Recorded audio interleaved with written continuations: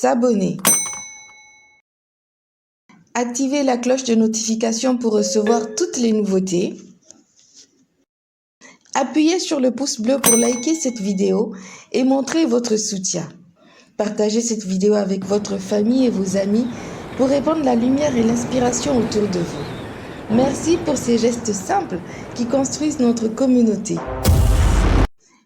Évangile de Jésus-Christ selon saint Luc. En ce temps-là, Jésus déclarait à ses disciples: « Je vous le dis à vous qui m'écoutez, aimez vos ennemis, faites du bien à ceux qui vous haïssent, bénissez ceux qui vous maudissent, priez pour ceux qui vous calomnient. À celui qui te frappe sur une joue, présente l'autre joue. À celui qui te prend ton manteau, ne refuse pas ta tunique. Donne à quiconque te demande, et à qui prend ton bien ne le réclame pas. Ce que vous voulez que les autres fassent pour vous, faites-le aussi pour eux. Si vous aimez ceux qui vous aiment, quelle reconnaissance méritez-vous? Même les pécheurs aiment ceux qui les aiment. Si vous faites du bien à ceux qui vous en font, quelle reconnaissance méritez-vous? Même les pécheurs en font autant. Si vous prêtez à ceux dont vous espérez recevoir en retour, quelle reconnaissance méritez-vous? Même les pécheurs prêtent aux pécheurs pour qu'on leur rende l'équivalent. Au contraire, aimez vos ennemis, faites du bien et prêtez sans rien espérer en retour. Alors, votre récompense sera grande et vous serez les fils du Très-Haut, car lui, il est bon pour les ingrats et les méchants. Soyez miséricordieux comme votre Père est miséricordieux. Ne jugez pas et vous ne serez pas jugés. Ne condamnez pas et vous ne serez pas condamnés. Pardonnez et vous serez pardonnés. Donnez et l'on vous donnera. C'est une mesure bien pleine, tassée, secouée, débordante, qui sera versée sur le pan de votre vêtement. Car la mesure dont vous vous servez pour les autres servira de mesure aussi pour vous. L'évangile de ce 7e dimanche du temps ordinaire annoncé, Luc chapitre 6, versets 27 à 38, est un discours de Jésus. Il s'organise autour de 5 impératifs principaux, dont 4 au début du passage et le dernier vers la fin. Premièrement, aimez vos ennemis. Deuxièmement, faites du bien à ceux qui vous haïssent. Troisièmement, bénissez ceux qui vous maudissent. Quatrièmement, priez pour ceux qui vous diffament. Et enfin, cinquièmement, soyez miséricordieux comme votre Père céleste est miséricordieux. Ces 5 impératifs constituent l'essentiel de l'enseignement de Jésus dans ce discours, les autres parties étant un commentaire assorti d'exemples illustratifs. Loin d'être isolés, ces impératifs entretiennent un lien organique entre eux. Les 3 impératifs centraux ont un caractère explicatif, tandis que le premier et le dernier revêtent un caractère général.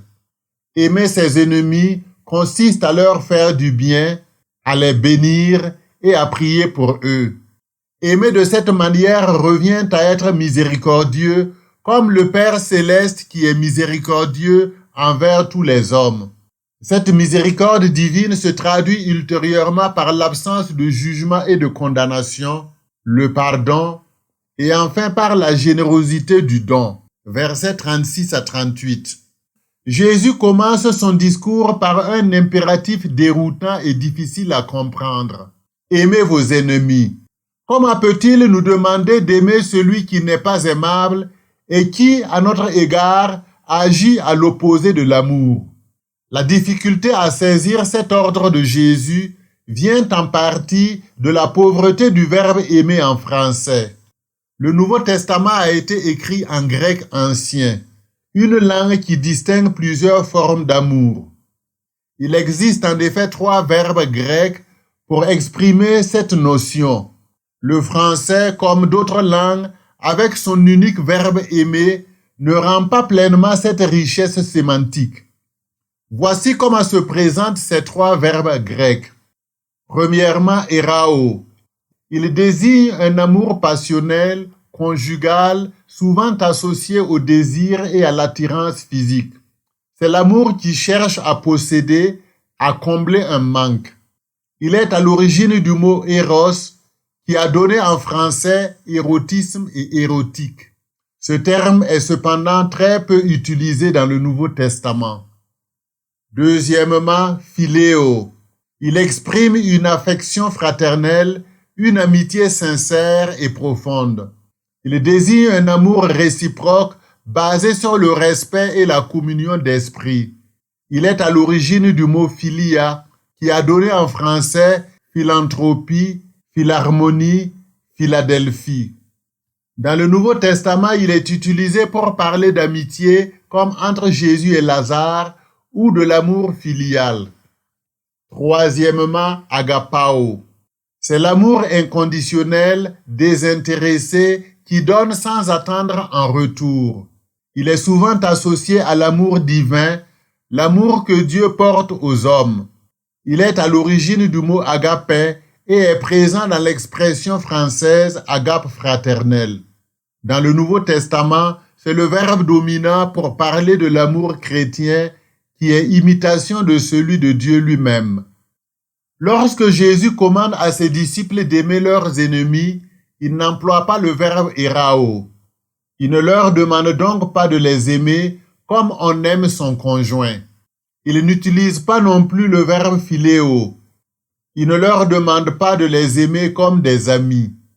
En revanche, il choisit le verbe agapao, soulignant ainsi que l'amour auquel il appelle est une imitation de Dieu, un amour rendu possible par sa grâce.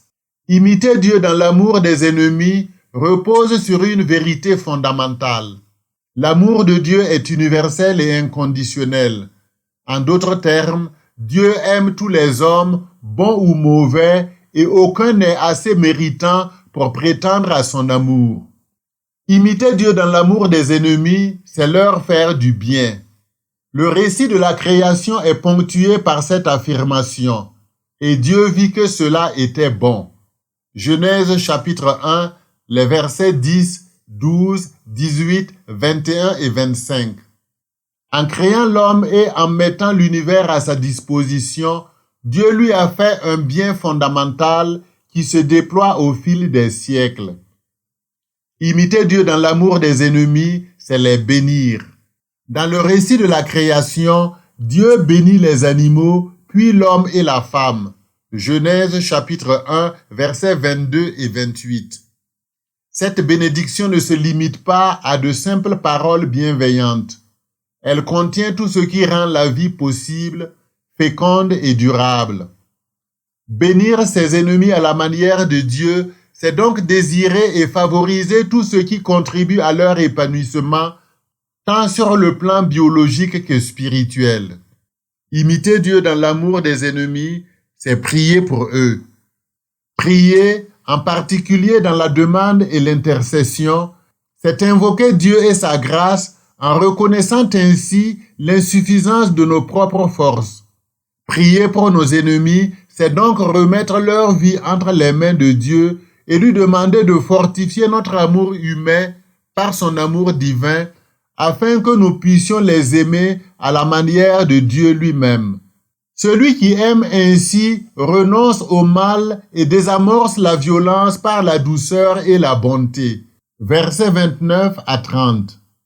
Il dépasse l'amour réciproque, caractéristique de l'amour humain, même parmi les pécheurs, versets 32 à 34, pour aimer comme Dieu, qui ne cesse d'aimer sans rien attendre en retour. Même la règle d'or formulée par Jésus dépasse la simple réciprocité. Au regard du contexte dans l'Évangile selon saint Luc, on peut la paraphraser ainsi. Ce que vous voulez que les hommes fassent pour vous, faites-le pour eux, même s'ils ne le font pas en retour. Le véritable retour de l'amour que nous portons aux hommes doit être attendu de Dieu seul, lui qui ne déçoit jamais et en qui nous plaçons notre espérance. L'évangile de ce dimanche, Luc 6, 27 à 38, succède immédiatement à la péricope des béatitudes Luc 6, 17, 20 à 26, et dialogue intimement avec elle. En effet, ceux qui haïront les disciples, Luc 6, 22, sont précisément ceux que Jésus les enjoint d'aimer et de traiter avec bienveillance. Luc 6, 27. Ceux qui les insulteront, Luc 6, 22, seront ceux que leur maître appellera à bénir, même lorsqu'ils les maudissent. Luc 6, 28. Et pour ceux qui condamneront leur nom comme infâmes et les diffameront, Luc 6, 28, Jésus demande à ses disciples de prier en leur faveur.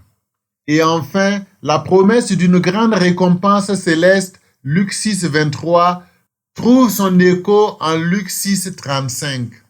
Ces liens nous invitent à discerner dans les 4 premiers impératifs de l'évangile de ce dimanche, 4 béatitudes qui complètent celles de Luc 6, 20 à 22. Nous pouvons les formuler ainsi.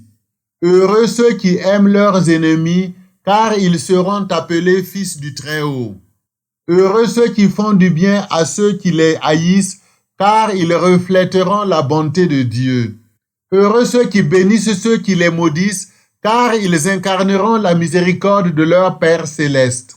Heureux ceux qui prient pour ceux qui les diffament, car leur récompense sera grande dans le ciel.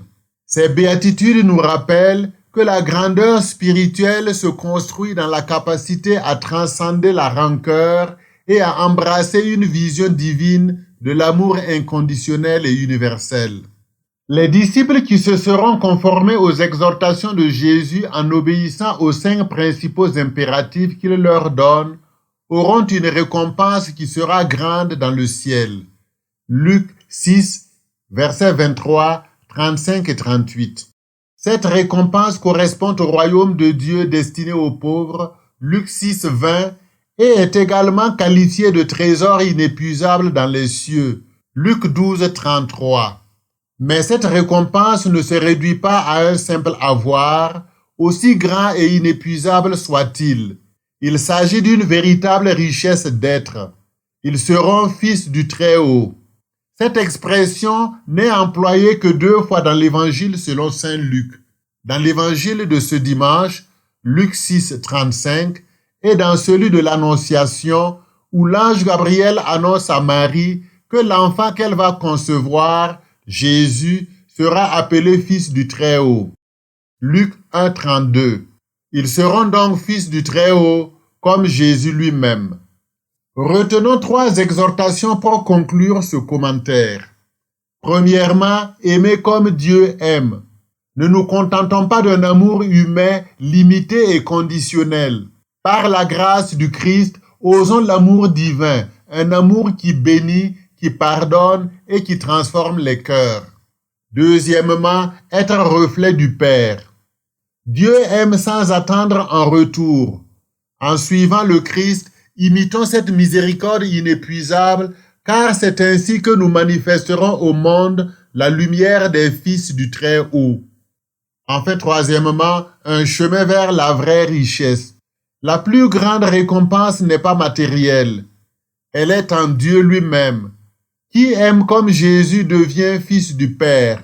Voilà la vraie richesse, le trésor inépuisable du royaume.